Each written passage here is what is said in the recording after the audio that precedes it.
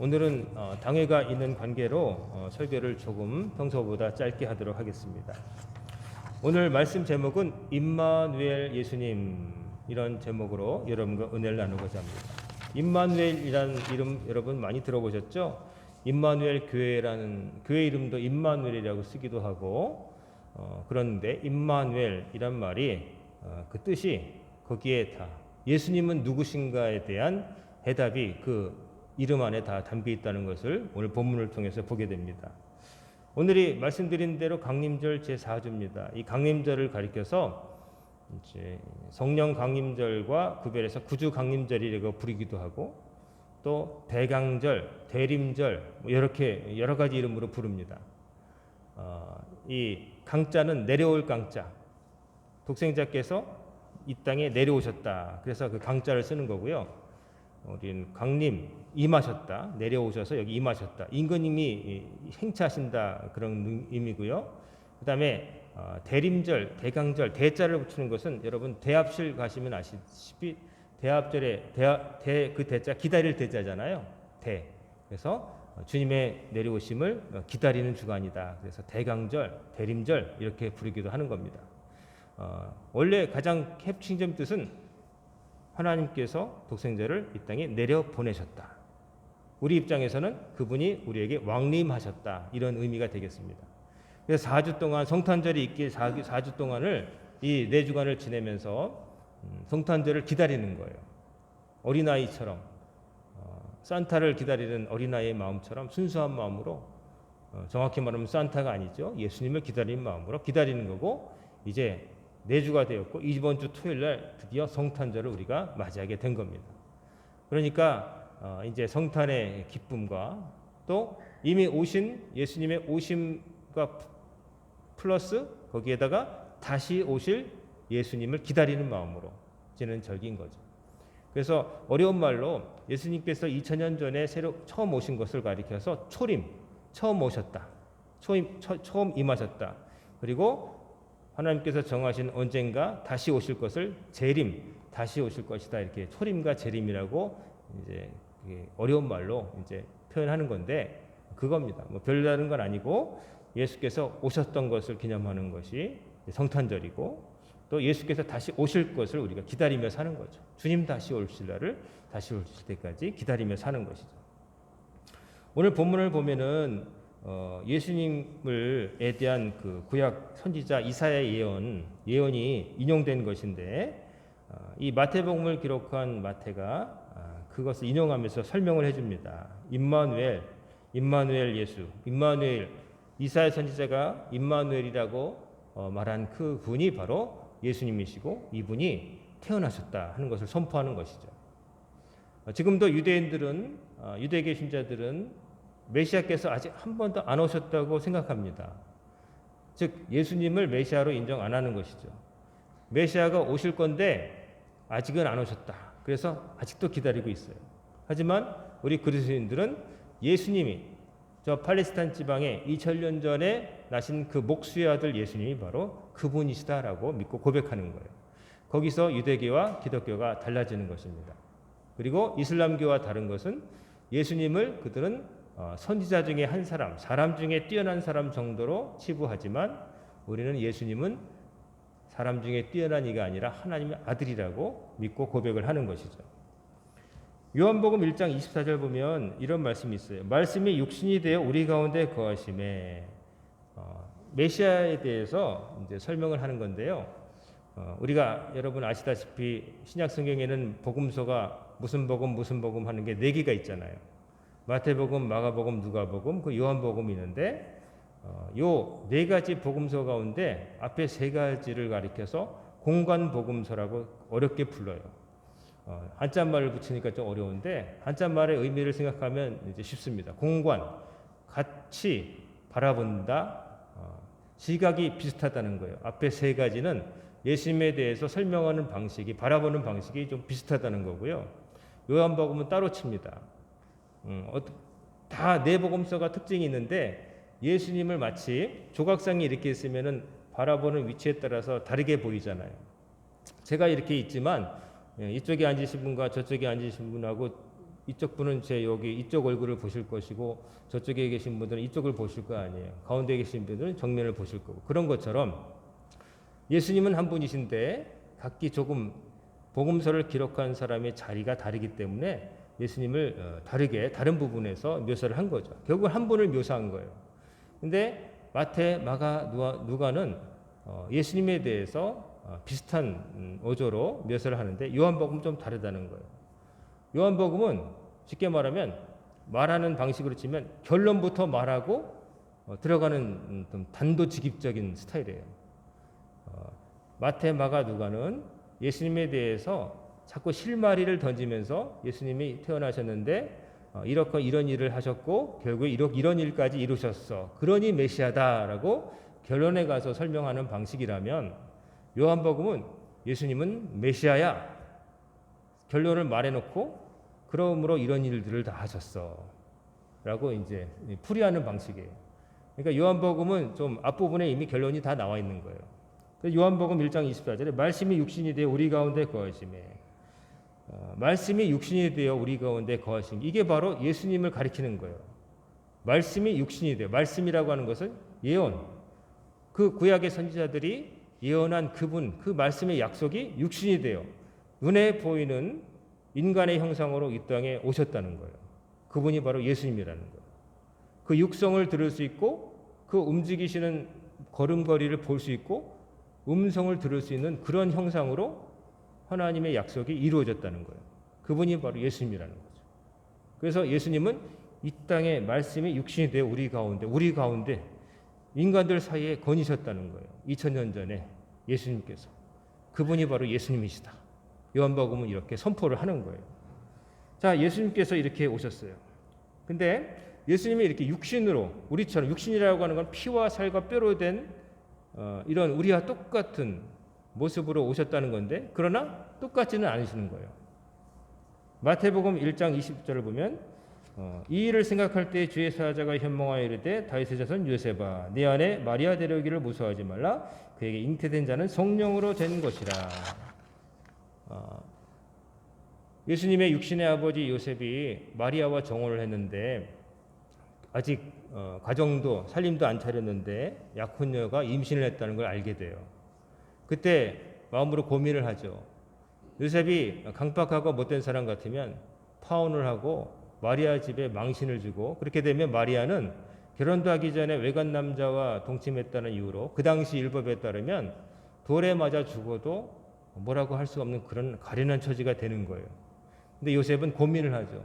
착한 사람인 거예요. 그래서 가만히 파혼하려고 했다 그러는데 고민할 때 하나님께서 천사를 통해서 마리아가 잉태한 그 아기는 성령으로 잉태된 것이다. 마리아가 무슨 외간 남자와 정을 통해서 그런 사생아를 낳게 그런 게 아니라 성령께서 하나님의 말씀이 마리아 안에 인간의 형상으로 거기 생겨난 것이다라는 것을 가르쳐 주시는 거죠.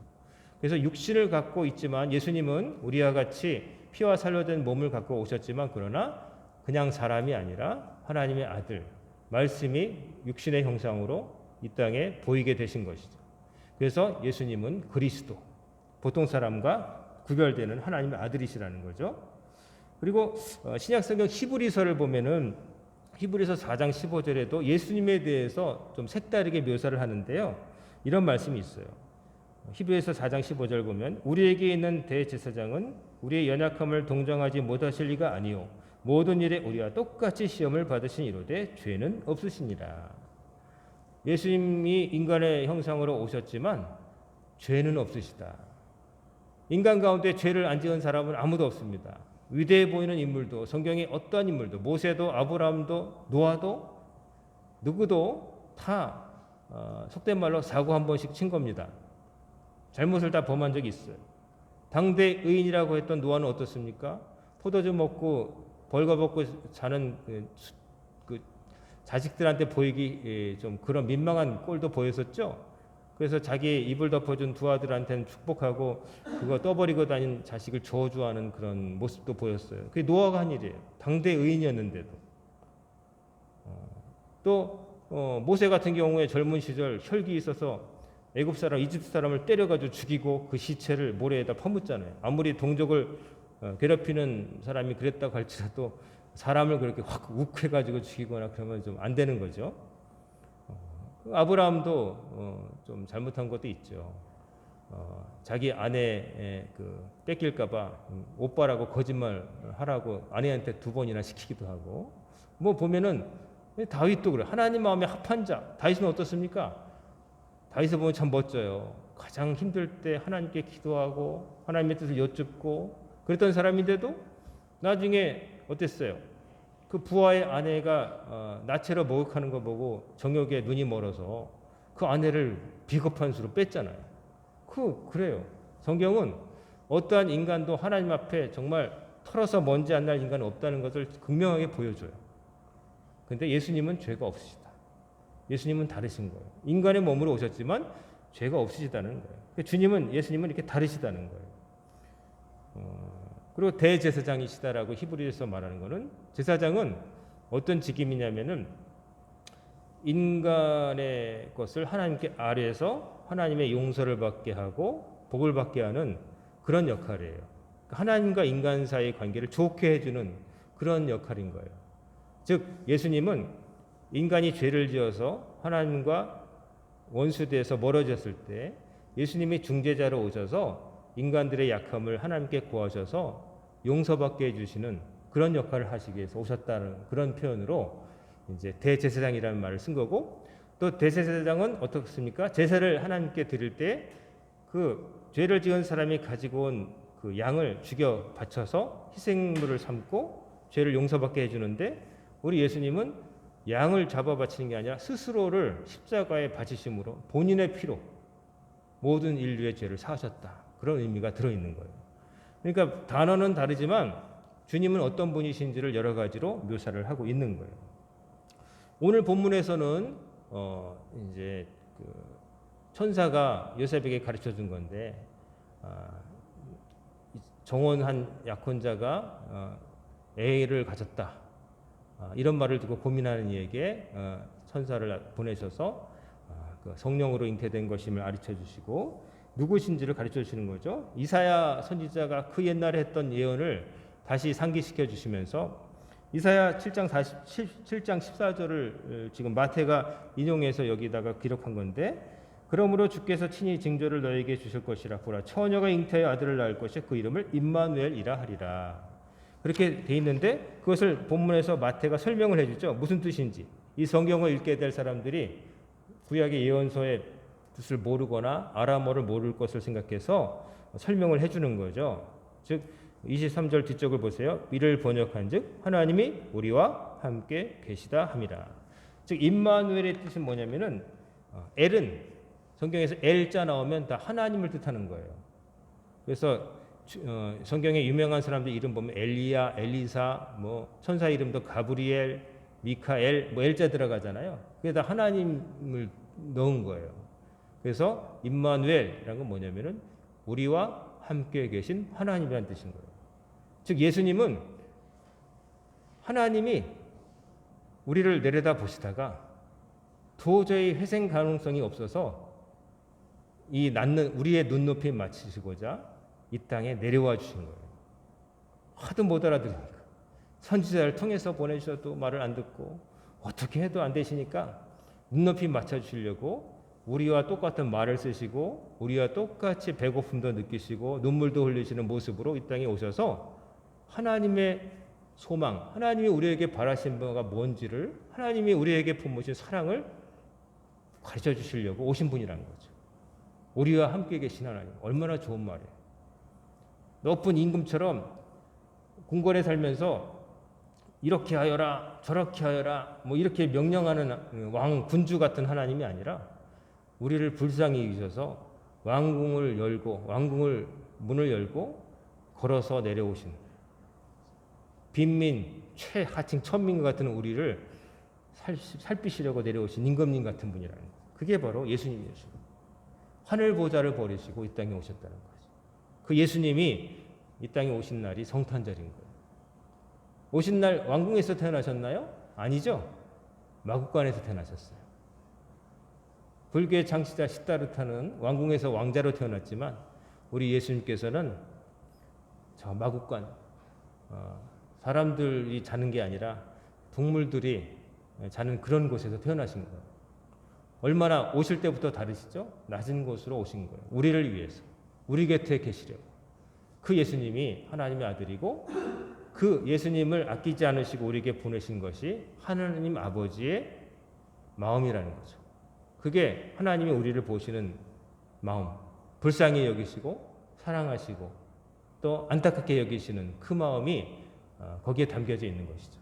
그래서 우리는 예수님을 보면은 우리가 예수님을 바라볼 때 제일 먼저 들어야 될 감정은 감사함인 거예요. 감사함. 우리 같은 나 같은 죄인 위에서 내려오신 하나님. 구약의 출애굽기를 보면은 하나님께서 이스라엘 백성이 탄식 소리를 들으시고 그들의 고난을 보시고 그들을 구하시기 위해 내려오셨다는 표현이 있거든요.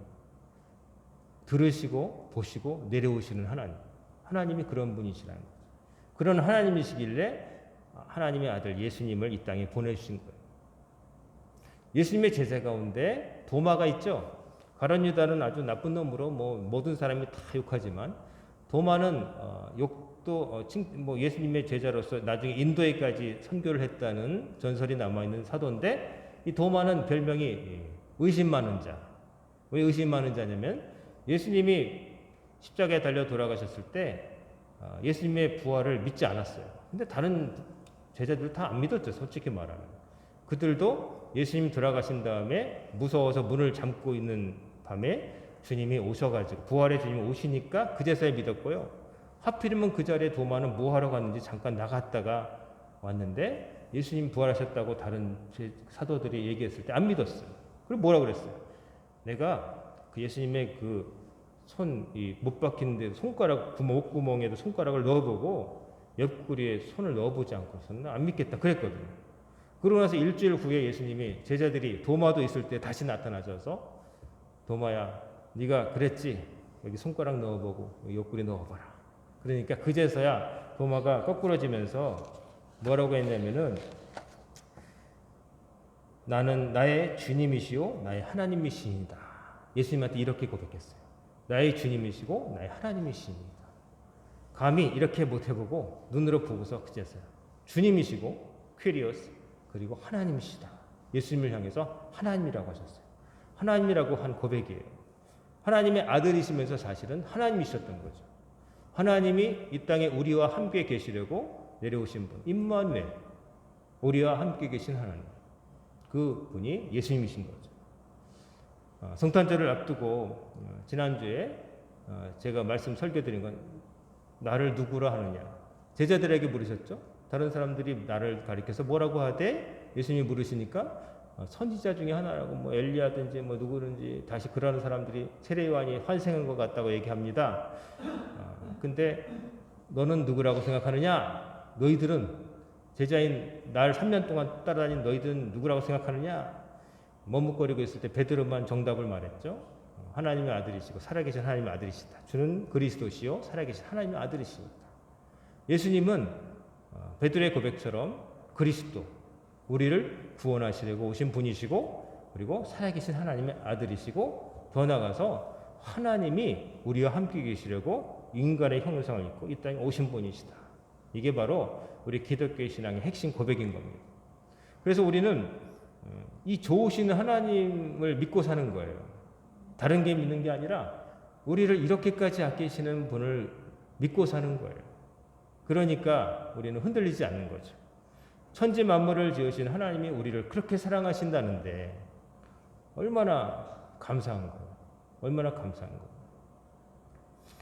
거예요. 요즘 보니까 TV에 인기 있는 사극 하나가 있대요. 맨날 사극의 단골 수제 중에 하나인 거.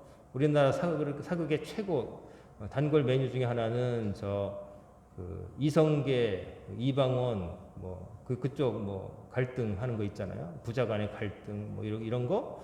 다른 하나는 영조하고 사도세자 죽이고 정조 임금 되기까지 이 두 가지가 단골 수제인데 보면은 정조를 다른 것을 제가 보게 되니까 작가가 많이 묘사했겠지만 감정이입해서 거기 보면은 그런 말을 하더라고요.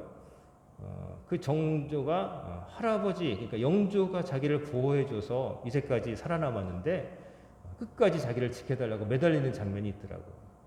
그러니까 그 자기 아버지 사도시대도 어떻게 보면 약간 문제도 있고 그래서 페류나처럼 보이기도 하지만 사실은 그 당쟁의 희생물인 점도 있잖아요. 신하들 힘겨루기 위해서 사도세자가 왕되기를 바라지 않는 사람들에 의해서 모함도 받고 또 실제로 한 일이 좀 이렇게 드러나기도 했는데 그 아들을 그 아버지가 그렇게 죽는 것을 보고 언제 죽을지 모른다는 불안함 속에서 정조가 왕이 될 때까지 정말 몸부림며 사는데 틈만 나면 할아버지 영조는 50년이나 왕을 했는데도 그냥 사람 의심하고 자기가 좀 컴플렉스가 있으니까 항상 사람을 의심하고 그 손주까지도 의심하잖아요. 그래서 막 틈만 나면 말 잘못했다가는 죽을 것 같으니까 어떻게 대답해야 될지 그냥 고를 싸매고 대답하는데 그 드라마에서는 할아버지 영조에게 이제껏 보호해 준 것처럼 끝까지 저를 보호해 달라고 매달리는 것을 보는데 불안한 거죠. 자기를 보호해 줄 사람이 언제 마음 바뀔까 봐 불안한 거죠. 그리고 그 할아버지도 언젠가 죽을 테니까 죽고 나면은 무서운 신하들이 또 누구를 또 왕 세울까 뭐 이런 거 있으니까. 근데 참 솔직하게 그 정조가 품었을 법한 심리를 묘사한 것 같아요. 근데요, 하나님을 왕으로 모시고 믿고 의지하는 사람은 그런 두려움 없는 줄을 믿으시기 바랍니다. 사람은 믿으면 언젠가 배신할 수도 있고 배신 안 하더라도 능력이 모자라서 못 도와줄 수 있지만 하나님은 다르시잖아요. 독생자까지 아끼지 아니하시고 또 우리를 위해서 이 땅에 인간의 몸을 입으시고 내려오기까지 하신 그 하나님은 여러분과 저를 그렇게까지 사랑하신다는 거예요. 그러니까 우리를 버리실 리가 없는 거예요. 우리가 주님을 버리지 않는다면. 사랑하는 성도 여러분 그 여러 가지 세상이 시끄러워서 뭘 믿고 살아야 될지 뭐가 제일 확실한지 사람들은 이럴 때 가장 확실한 것을 찾으려고 해요. 근데 많은 사람들이 대부분 찾는 것은 돈입니다. 물질. 돈은 거짓말하지 않는다. 그렇죠. 어떻게 보면 맞는 말일 수도 있어요. 하지만 돈보다 내가 먼저 망가질 수 있어요. 그거 써보지도 못하고 그것으로 안 되는 일도 너무 많아요. 그렇기 때문에 그걸 의지하는 것도 어리석은 거예요. 나는 몸이 튼튼하니까 뭐든지 할 수 있어? 몸 건강도 장담할 수 없는 거예요. 그러므로 우리가 믿고 의지하는 것은 세상 사람들이 의지하는 것을 따라가면 안 돼요. 우리를 지극히 사랑하시는 하나님, 독생자까지 아끼지 아니하시고 이 땅에 보내신 하나님, 전지전능하시고 모든 것을 가지시고 우리를 천국에 보내실 수도 있고 지옥에도 떨어뜨리게 하실 수 있는 능력의 하나님, 그 하나님을 믿고 사는 게 가장 현실적이고도 똑똑한 일인 거예요. 그래서 기독교인들이 제일 똑똑한 거예요. 주식 투자 잘하고 뭐 해서 돈 버는 사람이 똑똑한 게 아니라 투자를 하려면 하나님께 투자하시길 바랍니다. 하나님께 투자해야지 다른 거 투자하면 그거 언젠간 다 날아갈 수도 있고 그거 투자해서 많이 해도 내가 다 써보지도 못하고 전도서 기자가 말한 것처럼 헛되고 헛되도다. 내가 아무리 해봤자 그것을 누리는 것은 다른 사람이다. 그거 맞는 거 아니겠어요? 우리가 금목걸이를 하고 금반지를 한다고 한들 그거 내가 갖고 있을 때 내 거라고 그러지만 내가 세상 떠나면 누군가에게 팔려서 그게 녹아져가지고 전자제품에 회로를 만드는 데도 쓰일 수도 있고 누군가의 금리빨 재료도 쓸 수도 있고 뭐 도금하는 데도 쓸 수 있고 내 거 아닌 거예요. 그냥 나에게 잠깐 있다 지나가는 건데 그런 것에 목숨 걸면 안 돼요. 하나님께 내 모든 삶을 책임져 주신 하나님. 오늘 밤에도 내 영혼을 찾아가실 수 있지만 그러나 어떠한 위기 속에서도 나를 건져주신 하나님, 그 하나님을 믿고 사는 게 제일 똑똑한 거예요. 바라기는 이런 지혜를 가지시고 하나님만 믿고 하나님께서 보내신 예수님의 말씀에 따라 사시는 여러분이 되시기를 주의 이름으로 축원합니다. 아멘. 기도하겠습니다. 고마우신 아버지 하나님, 강림절 4주간을 무사히 보내고 기쁜 마음으로 주님 앞에 나와 예배드리게 하심을 감사드립니다. 우리를 누구보다도 사랑하시는 하나님과 하나님께서 보내신 독생자 예수님과 또한 예수님께서 약속하신 성령님의 인도하심 따라 평생을 사는 우리 모든 성도님들 되게 하여 주옵소서. 우리가 믿고 의지할 분은 오직 하나님 한 분뿐임을 늘 기억하게 하시고 어떤 것에도 휘둘리지 아니하며 전능하신 하나님 손만 붙들고 저 천성을 향해서 나아가는 성도들이 다 되게 하여 주시옵소서. 성탄절을 맞이할 때 저희들이 기쁨으로 주의 성전을 찾게 하옵시고 성탄절을 맞이하는 그 기쁨이 세상에 충만하도록 저희들의 얼굴에서 풍겨나오도록 아버지께서 역사하여 주시옵소서. 오늘부터 시작된 한 주간도 주님께 맡깁니다. 주님께서 우리 성도들의 가는 곳마다 머무는 곳마다 동행하시고 악한 질병에 감염됨 없도록 보호하여 주옵시며 무슨 일을 하든지 정직하게 바르게 행함으로 하나님 영광을 드러내고 많은 사람을 유익하게 하는 거룩하고 고상한 삶을 살아갈 수 있도록 인도하여 주시옵소서. 예배 후에 있을 당회에도 주님 복을 내려주시사 새로운 일꾼이 세워지고 한 해 살림을 반성하는 가운데 저희들이 더 지혜로워지게 하시고 더 마음이 뜨거워지게 하시고 감사하게 하여 주시옵소서. 이 모든 말씀 우리 주 예수님의 이름으로 간절히 기도드리옵나이다. 아멘.